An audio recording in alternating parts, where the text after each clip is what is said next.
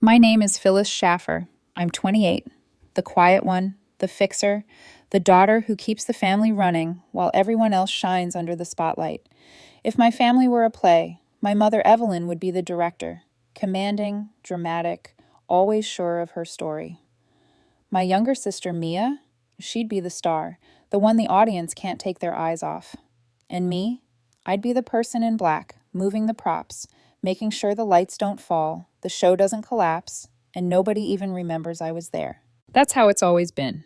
I rent a small one-bedroom apartment across town. It smells faintly of coffee and detergent.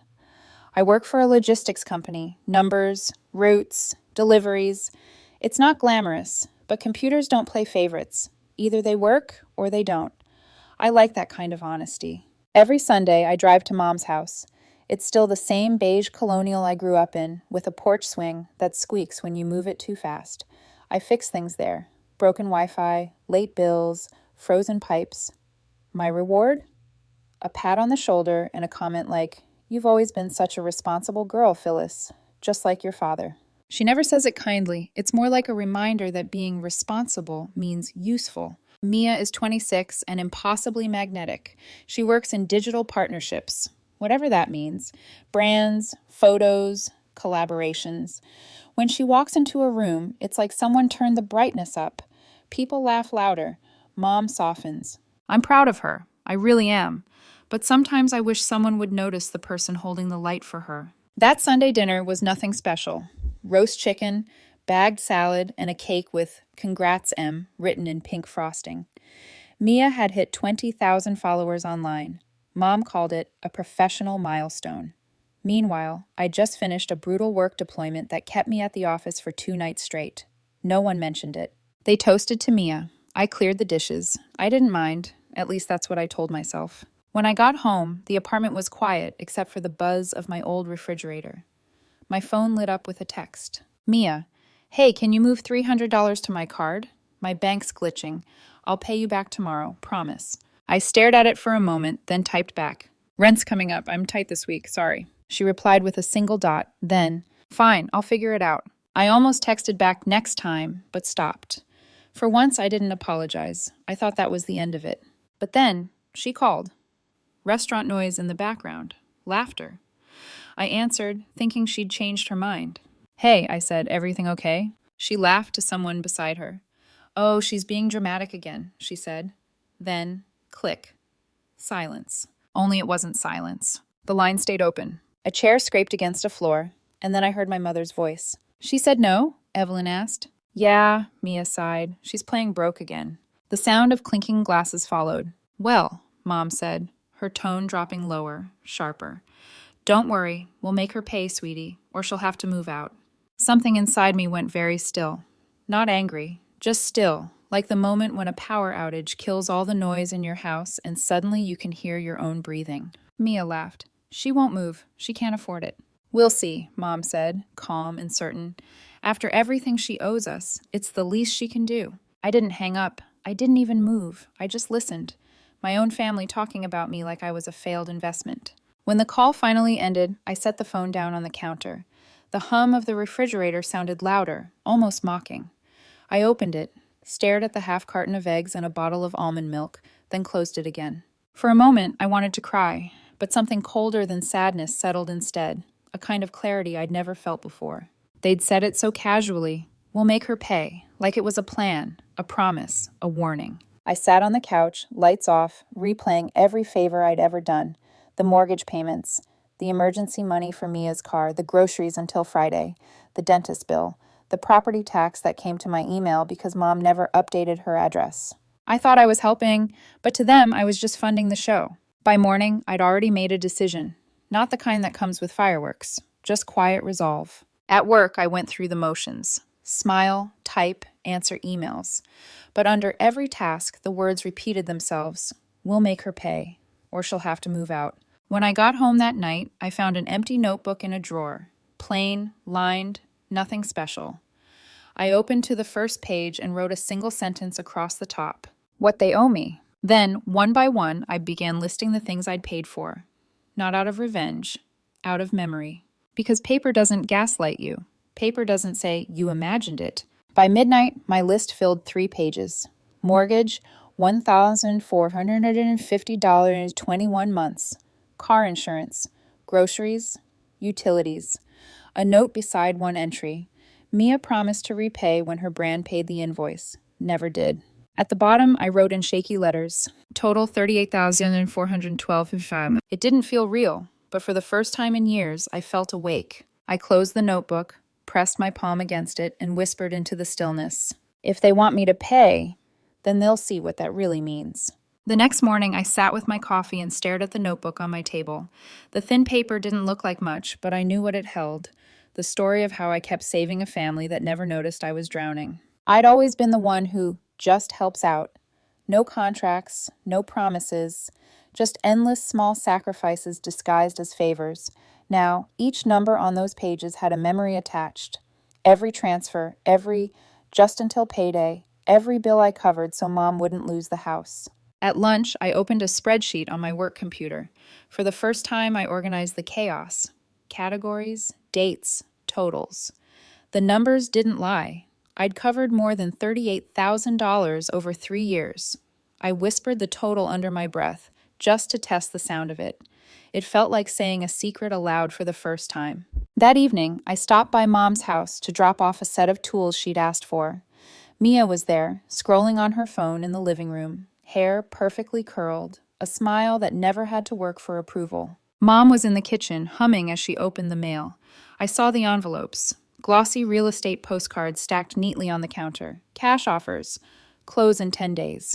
You're selling the house? I asked, trying to keep my voice even. Mom didn't even look up. Just exploring options, she said. The market's good. If you're selling, we should talk about what I've covered, I said quietly. Her head lifted then, eyes sharp. Covered? The payments, I said. Mortgage, property taxes, insurance. If the house sells, I'd like to be repaid from the proceeds. She laughed. Not kindly, not nervously, but like I'd just told her a joke she didn't understand. Phyllis, sweetheart, you paid because you lived here. That's called rent. I moved out 2 years ago, I reminded her. Mia walked in, holding her phone. Also, buyers hate tenants, she said, repeating the phrase like she'd practiced it for Instagram. No offense. I looked at both of them, 2 women who could twist any truth into convenience, and felt something inside me settle. I didn't argue, I didn't plead, I just nodded. Okay. That night, I went home and kept writing. My notebook filled with more than numbers. I started adding small humiliations, the moments that didn't cost money but stole pieces of dignity. The time Mom rolled her eyes when I brought leftovers home from Sunday dinner. Phyllis is doing her budget thing again. The night Mia called my car Grandma Wheels while asking me for gas money. The dinner where I took Mom out to celebrate my bonus and spent the entire meal listening to her brag about Mia's new brand deal. I paid the bill while they both scrolled through photos. I thought of every time I covered a bill, convinced it was love. Every time I told myself, that's just family. Now I realized family had become a word they used to collect interest on my guilt. 2 weeks later, Mia texted, Hey, can you co-sign my lease? I found a loft downtown. It's perfect for content. I typed back one word. No. The dots bubbled. Then the flood came. Wow, you're selfish. Family helps family. You just sit on money while we struggle. Then Mom called. Phyllis, she said in that calm, heavy tone she used before every lecture, you're not being fair. Mia's trying to start her career. You're supposed to support your sister. I closed my eyes and took a breath.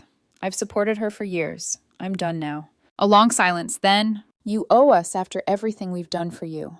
Click. I opened a new folder on my laptop and titled it Proof. Screenshots, texts, transfers, all saved.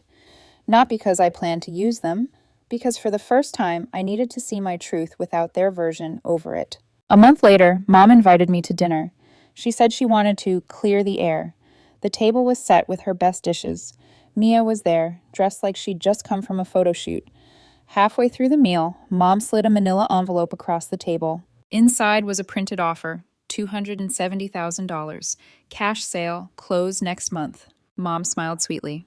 We got a great offer. Isn't that wonderful? I stared at the number, doing the math in my head. After paying off what remained of the mortgage, there'd still be plenty left. More than enough to repay me what I'd covered. We should settle up before closing, I said calmly. Mia raised an eyebrow. Settle up? Yes. Everything I've paid, the mortgage, insurance, taxes, it totals $38,412.55. I'm not asking for a gift, just to be repaid from the sale proceeds. Mom's smile vanished. Phyllis, how dare you reduce family to a ledger? You're selling the home Dad left for his kids, I said softly. I kept it from defaulting. Mia snorted. You're so dramatic. It's just money. I looked at her and said quietly, exactly. So pay it back. The room froze. The sound of the clock ticking filled the silence. Mom finally said, you need to stop this obsession. We're family. I met her eyes. Then act like it. I stood up, gathered the papers, and left. That night, I turned off every auto pay I'd ever set up for them. Insurance, internet, electric, all transferred back into their names. I sent certified letters confirming the changes, copies kept for myself. I renamed the file on my desktop, Boundaries. As I shut my laptop, I realized something. For the first time in my life, I didn't feel guilty. I felt free. In the weeks that followed, the air around my family grew sharp. The texts came first, little guilt bombs disguised as conversation. Mom, you've really changed lately. Mia, don't you feel bad? We're barely getting by. Mom again. If we lose the house, I hope you can live with that. I didn't reply. I used to drop everything to fix things for them, even when I could barely keep my own life afloat. Now I just read, breathe, and let the messages sit there like static. But then came the big one, the one they thought would reel me back in. Mom called one evening. Phyllis, your sister's moving into her new apartment and the landlord wants a cosigner, just until she builds credit. You know how this works. I stared at my laptop, at the spreadsheet that had quietly become my armor. No, I said.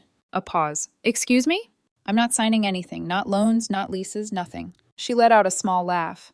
You're being childish. You've always helped your family. You wouldn't have what you do without me. Something in her tone cracked something in me. I paid for what I have, Mom, and I paid for plenty of what you have too. Don't start, she snapped. After everything I've done for you, you act like you're some kind of victim. I'm not acting. The silence that followed was heavier than any fight we'd ever had. When she hung up, I just sat there, staring at the proof folder glowing faintly on my screen. 2 days later, I came home from work to an envelope under my door. No stamp, no name. Inside was a printed cash offer for the house, the same one I'd seen before. But this time it had a sticky note attached. We're going through with it. Don't make this harder than it needs to be. Mom, I felt my stomach twist. That house wasn't just property. It was every birthday, every fight, every apology that never came.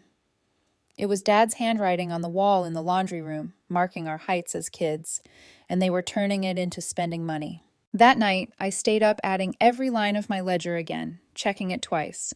$38,412.55. Not bitterness, just math. When I finished, I drafted an email. Subject, settlement before sale. Mom, as discussed, I've covered various household costs over the past 3 years. Mortgage, property tax, and utilities. I request repayment from the house proceeds before closing. Attached are receipts and breakdowns. Not asking for a gift, just fairness. Phyllis. I attach PDFs labeled clearly. No drama, no emotion, just numbers. The next morning, I sent it. Within minutes, my phone buzzed. Mom calling. Phyllis, I saw your email. Her voice was icy. How dare you reduce this family to a financial transaction? I took a breath. You reduced it the moment you started treating me like a credit card. She gasped. I sacrificed everything for you. The least you could do is pay your own bills, I finished. The line went dead. 2 minutes later, a text from Mia popped up. Lol, you literally invoiced us. Then another. We're family, not clients. Get over yourself. I saved the messages and renamed the folder again. The price of family. Days passed.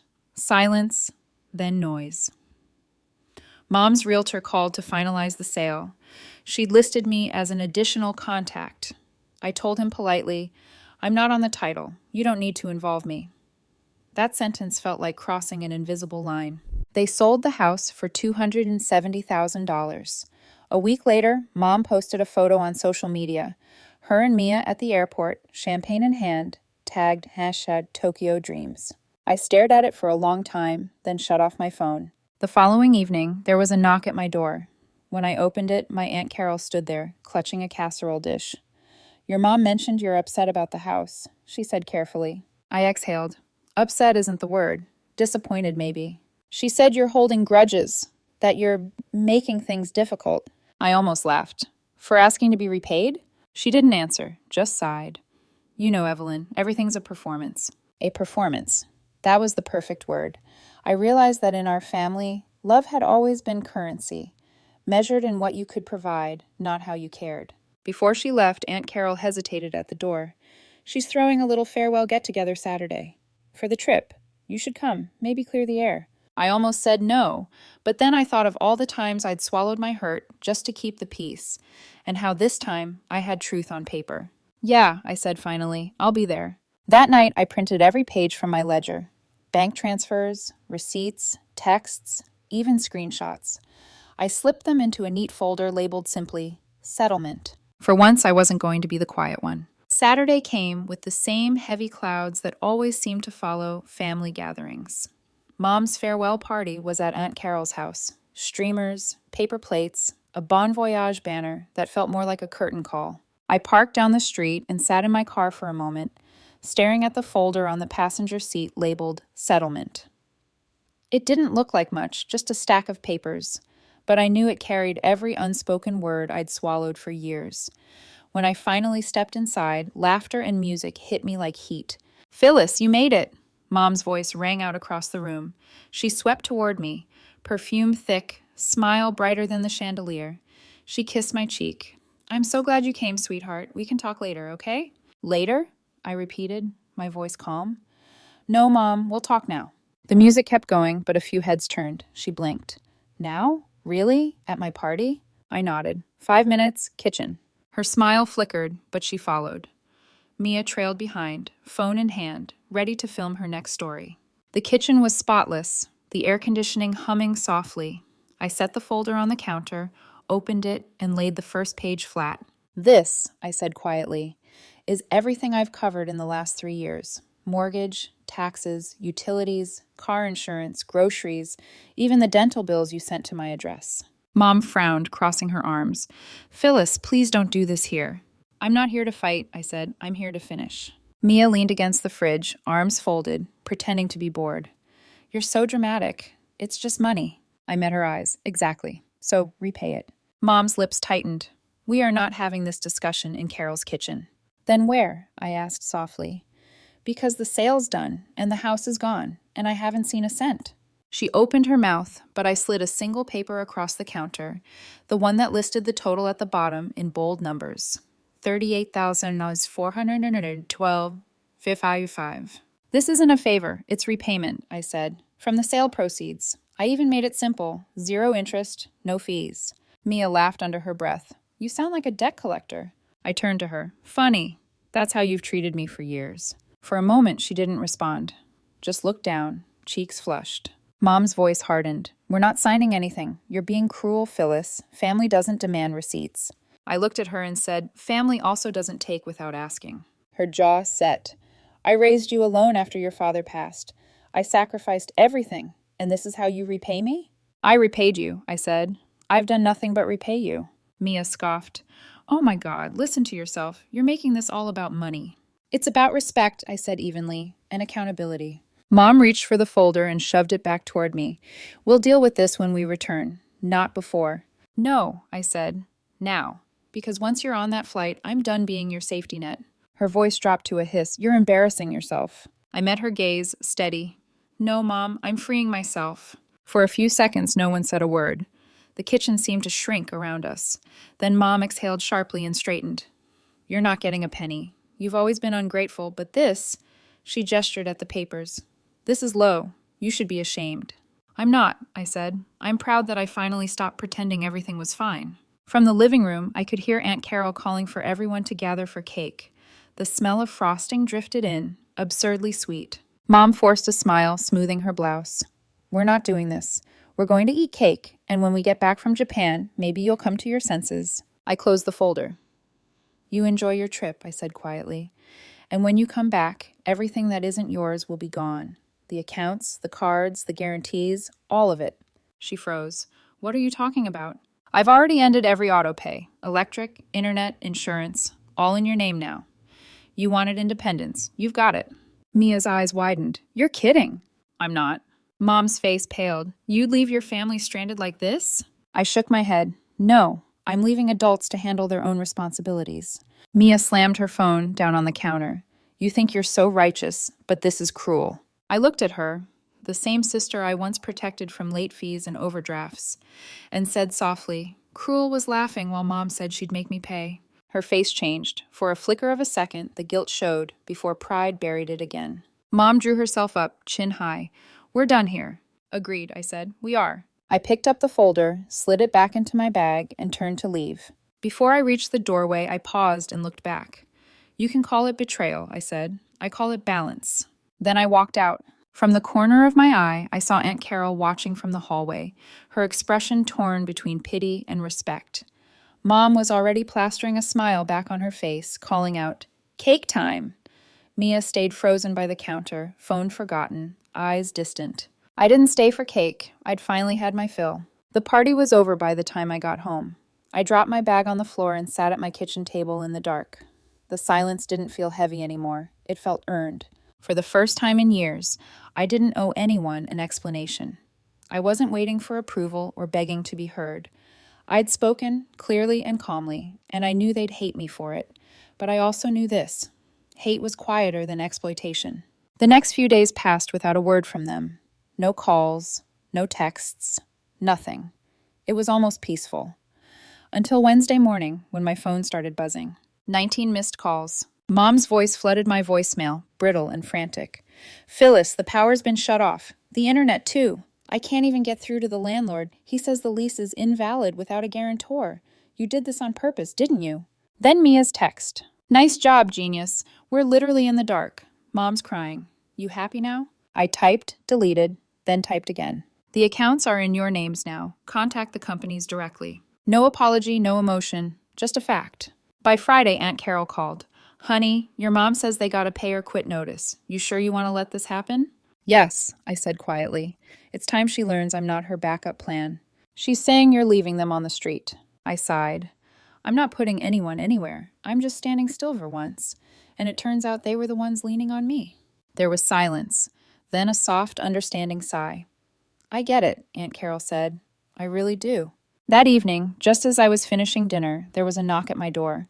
When I opened it, Mia was standing there with a suitcase. Her eyes were red, her tone brittle.